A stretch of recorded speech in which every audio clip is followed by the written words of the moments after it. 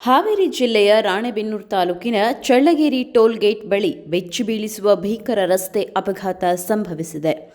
ರಸ್ತೆ ಬದಿಯಲ್ಲಿ ನಿಂತಿದ್ದ ಲಾರಿಗೆ ವೇಗವಾಗಿ ಬಂದ ಕಾರೊಂದು ಹಿಂಬದಿಯಿಂದ ಭೀಕರವಾಗಿ ಡಿಕ್ಕಿ ಹೊಡೆದಿದ್ದು, ಅಪಘಾತದ ತೀವ್ರತೆಗೆ ಕಾರಿನಲ್ಲಿದ್ದ ಓರ್ವ ಮಹಿಳೆ ಮತ್ತು ಇಬ್ಬರು ಪುರುಷರು ಸ್ಥಳದಲ್ಲೇ ದಾರುಣವಾಗಿ ಕೊನೆಯುಸಿರೆಳೆದಿದ್ದಾರೆ. ಅಪಘಾತಕ್ಕೀಡಾದ ಕಾರಿನಲ್ಲಿದ್ದವರು ಚಿಕ್ಕಮಗಳೂರು ಜಿಲ್ಲೆಯ ಕಡೂರು ಹಾಗೂ ದಾವಣಗೆರೆಯ ನಿಟ್ಟುವಳ್ಳಿ ಮೂಲದವರೆಂದು ತಿಳಿದುಬಂದಿದೆ.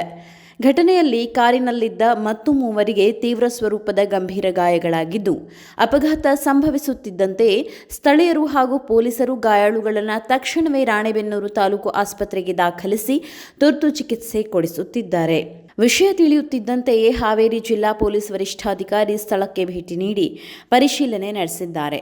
ಅಪಘಾತದ ಭೀಕರತೆಗೆ ಕಾರು ಸಂಪೂರ್ಣವಾಗಿ ನಜ್ಜುಗುಜ್ಜಾಗಿದ್ದು, ವಾಹನ ತೆರವುಗೊಳಿಸಿ ಸುಗಮ ಸಂಚಾರಕ್ಕೆ ಅನುವು ಮಾಡಿಕೊಡಲಾಗಿದೆ. ಈ ದುರಂತ ಸಂಬಂಧ ರಾಣೆಬೆನ್ನೂರು ಗ್ರಾಮೀಣ ಪೊಲೀಸ್ ಠಾಣೆಯಲ್ಲಿ ಪ್ರಕರಣ ದಾಖಲಾಗಿದ್ದು, ಪೊಲೀಸರು ಮುಂದಿನ ಕಾನೂನು ಕ್ರಮ ಕೈಗೊಂಡಿದ್ದಾರೆ.